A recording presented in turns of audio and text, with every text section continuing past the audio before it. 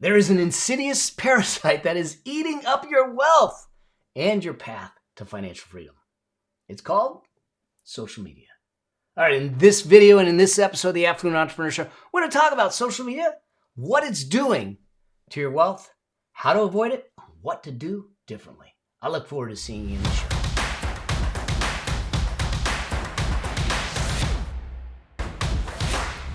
Oh man, social media, we are all on it all day long. We are tied to it. It's incredible, but here's the deal. It is affecting us financially. It is impacting us psychologically, socially. I get it. I use it all the time. I use it for business. I'm on social media, Instagram, Pinterest, Facebook, LinkedIn, you name it, I'm there. And some of the things we're going to talk about, I've been victim of. All right?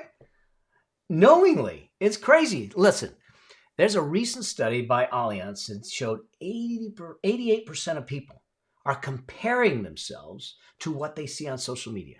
88% are looking at social media to decide what their self-worth is, what they should do next, what makes sense. 57%, in the same study, 57% of the people said they purchased something because of what they saw on social media, that they weren't going to purchase it. They never intended to. They weren't looking for it. And here they go. They bought it because they saw it on social media. And here's the deal.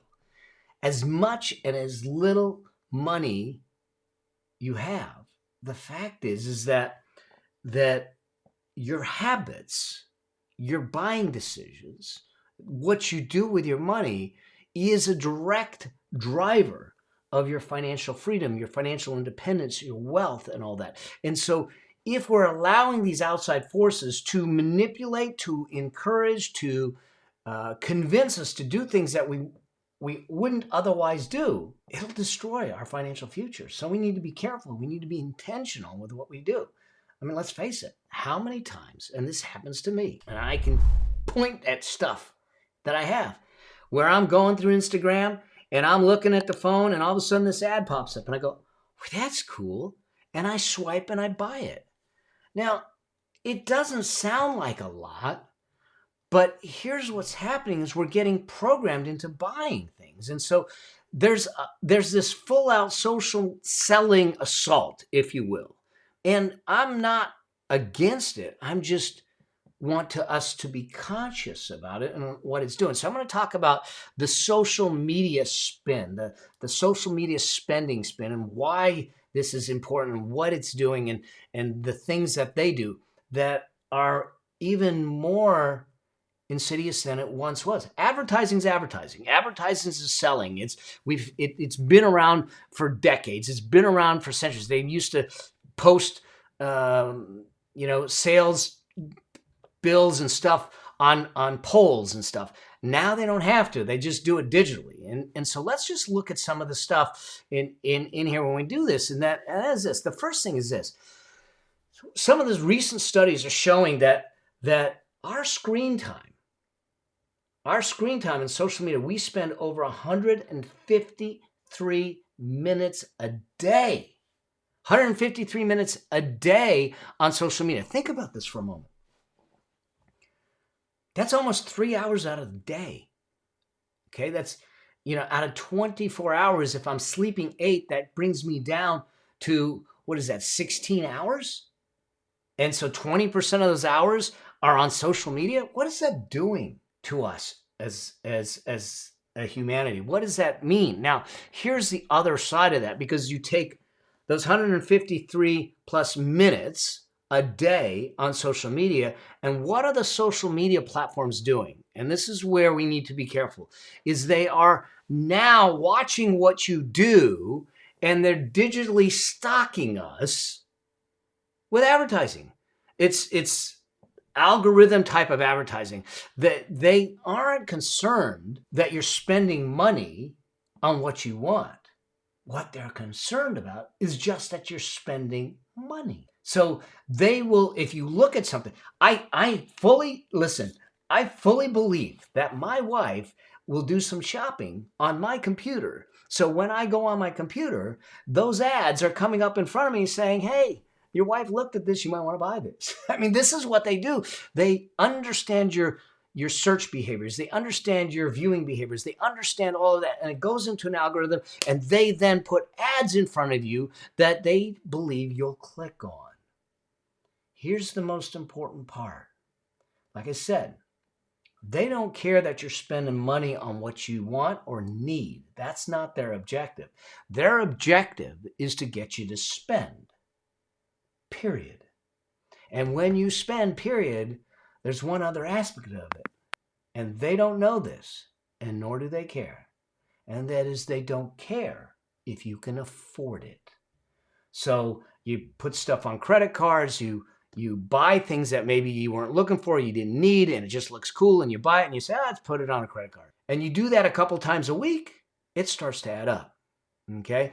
And there's this whole aspect that came out in 1913 that still exists today in a different form, and that is this other part of this called the Keeping Up with the Joneses. Now, the Keeping Up with the Joneses, it's interesting. This was a comic strip that was created in 1913. It was around from 1913 to 1940. It was about this family called the McGinnis family that was socially climbing, okay? And they were trying to climb the ladder of social, economic, demographics so they would look cool and look good. And they're trying to keep up with their neighbors. Now, their neighbors' names were the Joneses. Now, you never saw the Joneses, but that's this family out there called the Joneses. And they were trying to keep it. So they're making buying decisions. And that's where the saying, keeping up with the Joneses, came into play. And so what they were doing is struggling to try and keep up with the Joneses. If the Joneses bought something, they had to buy something. There was this comic strip about this. And so that was back in 1913. And that phenomena still exists today. The difference is that it's all done on social media. It leads to something that I call peer pressure FOMO. People are on social media parading their car, they're parading their travels, they're parading their clothing, they're parading their lifestyle. Now, whether that lifestyle is real, or it's on debt, or it's a whole different game, okay? We don't know the underpinnings of it. They're just putting it up there. They could be dressing, they could be renting the Lambo. But what's happening is we get this FOMO, or this peer pressure, just like Keeping Up the Joneses, and we tend to buy more. 57% of the people will buy something that they didn't need or they weren't looking for because of what they saw on social media. That's this FOMO. It's real. It's real. Fear of missing out. Now, the thing where I think it gets really insidious, and why I say it's an insidious parasite, is that these last few really start to affect us and infect us over the long term. And that is this, is that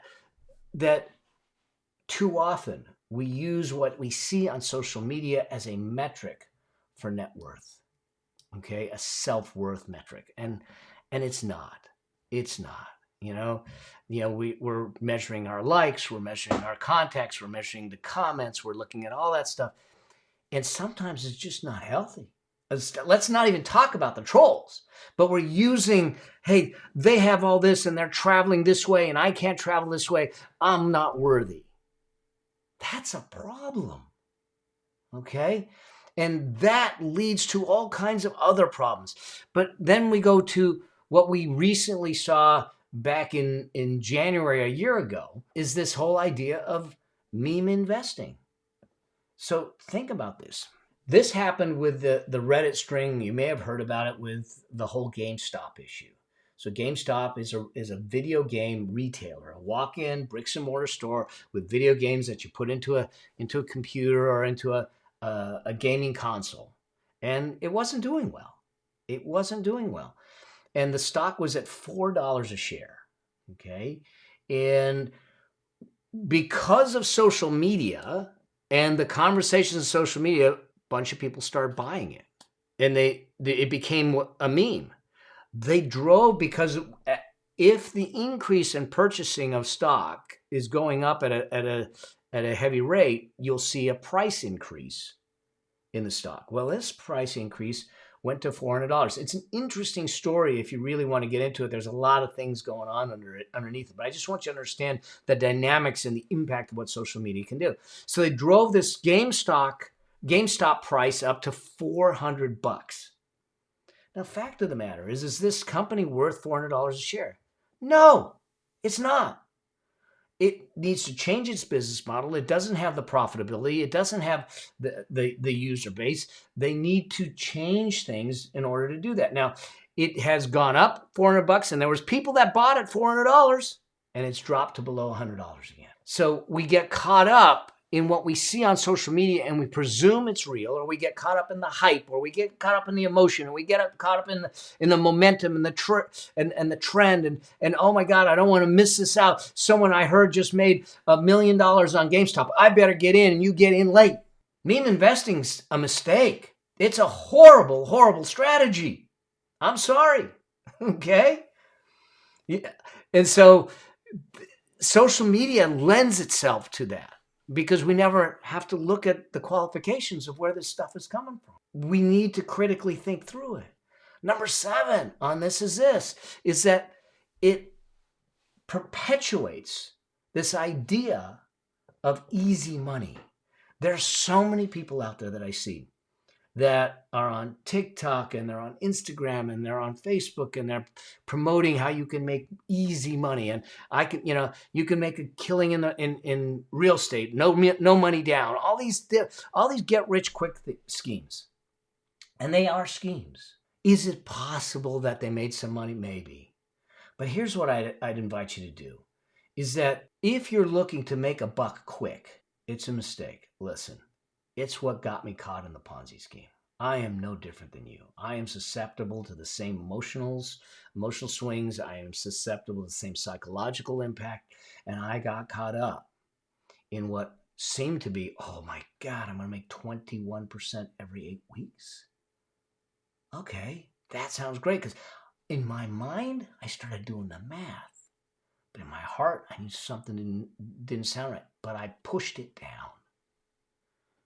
And in the end, I lost 1/3 of everything I own, well into the 7 figures. Me and 2 buddies, we lost over $4.5 million, because the easy money came to me, and I go, oh, this is good. Oh, this is going to be good. My life's going to change. It changed, not the way I wanted it to. All right. So you got to be careful about the easy money beliefs in there. And then this last one, and then I'm going to give you some things to make sure to keep you safe, okay? And that is this, is that we're in a noisy environment. And what I mean by noisy environment is that people are using influencers to promote stuff, and realize that influencers that are getting paid, follow the bias, follow the money line. If they're saying this is a great product or a great thing, are they getting paid to say it? Are they a customer that actually used it? Are they someone that actually did it? Realize that you've got these influencers that are being paid to make posts and do these things. I'm not saying not to buy anything. I'm not saying not to listen. I'm saying to think it through and not just blindly follow. Look, I'm no different than you. I've done it myself. I've bought things that I didn't need. I bought things that I didn't use. I bought things that were junk. I did it too. I'm no different. So let's talk about the solution. What is the solution going forward? Well, there's a couple things that I think that we need to do. The first, always, is to understand your why. Understand your why before the how. Too often we're trying to figure out how we're going to make money. First off, why do you want to make money? Why do you want the wealth? How much wealth do you want? In Affluence Blueprint, we spend a lot of time defining what the affluence vision is. What's the destination? And why do we want to have that destination? Why do we want to go there? Why is that so important? Because it's the why that's going to drive us through the tough times. What got me out of the Ponzi scheme, what got me through to rebuild, lost over 7 figures, but rebuilt it and built it 3x to where I was. So if I had lost $1 million, but it was over $1 million, I built it to 3 million, 3x'd it. in 18 months was my why. And my why was my son. My son, I needed him to see me in adversity coming back. Okay, what's your why? So we need to know why. Then the second thing is to understand and follow the bias. Okay, ask the question, what's in it for them? The person that's promoting it, the person that's saying this is a good deal, the person that's saying that, even on the TV, these people that are these actors that are talking about reverse mortgages and all that stuff, they're getting paid. What's in it for them? So I'm not saying not to do it. I'm saying to do your own independent investigation. Okay, because it's only then that we can make some better choices and better decisions that are fully informed. Okay, that then leads me to number 3 on this, and number 3 is what you see isn't what you get. And here's what I mean is that too often in social media, what they present to us is this dressed up view of their life. It's not real. In many cases, I know for a fact that there's so many people that present a face that they're worth millions, and they're not. They have all these followers, they're doing that, and they can't even sell a t-shirt. So don't, on the surface, look at it and say, hey, what I see is it's not what you get. It's not the reality, okay? Number 4, and this is important, and I had to figure this out. Know your demons and know your stories. We all have money stories in our head. Money's dirty. Wealth is for the greedy. I make bad investment decisions. I'm horrible with money. These are our demons and stories that until we exercise those from our system, until we understand and move those out of our system, and I've got an episode that deals with money stories and expanding your money mind. We'll hook them up in the show notes, but that allow you to do that. You can then think clear and not be impacted by these stories of what transpired in the past, these stories of what you observed with your parents, these stories of what mistakes that you made. I mean, if I allowed the story to perpetuate after the Ponzi scheme, we wouldn't be having this conversation. I wouldn't be financially where I'm at. I had to deal with the demons. We all have to deal with the demons, okay? Then from here, get an unbiased advisor. Now, that could be a financial professional. It could be someone like me. I don't have any investments to sell you. I'm not here to sell you an investment. I'm here to sell you on a financial future, because I truly believe financial independence is a birthright, and you have that right. Let's go out and claim it. And so get an unbiased advisor that you can go to, that you can ask questions of. And if you don't have one, use the show. Send me questions. Send me your comments. Let me try to help you out. Okay? Then work from there. Okay? Get someone in your corner that isn't driven by commissions, that isn't driven by sales, that isn't driven by anything, but driven by your best interest, your future, your children's future, your grandchildren's future. Okay? Then from there, make sure that you have a cash resource plan. I'm going to do a whole episode on a cash resource plan. In other words, I want you to have a plan in place for your money that's going to move you from where you are to where you need to be, to give you the money machine that you need to have the financial freedom and independence you deserve. But we have a plan in place, because then the plan dictates what we do. We don't just flippantly move, because at that point with the plan in place, we go to number 7. You can be disciplined and say, it's not part of the plan. And if it's not part of the plan, it doesn't get done unless we're willing to change the plan. Now, this is the last piece to try and keep you safe. This one might rub y'all the wrong way, but it's something I think y'all should do. And that is this. Remove your credit cards from the apps. Get it out of Amazon. Get it out of your, so it doesn't, so you can't just hit one key and buy something. You got to get up. You got to go get the credit card. You got to put all the numbers in. I want to make it as challenging for you to make a purchasing decision as possible. I want as much friction in that purchasing decision as possible, so you get a chance to think about it. Now, unless you're like me, I memorize my credit card numbers, so it doesn't Doesn't work well with me because I can just put the numbers in. But fact of the matter is I want you to remove those credit cards out of those systems. First off, it keeps you safe from cyber hacking. Second, you'll see that your spending will go down. Third, you'll find that you make better financial choices because you'll separate the emotion from the logic and make a more logical decision once the emotion dissipated.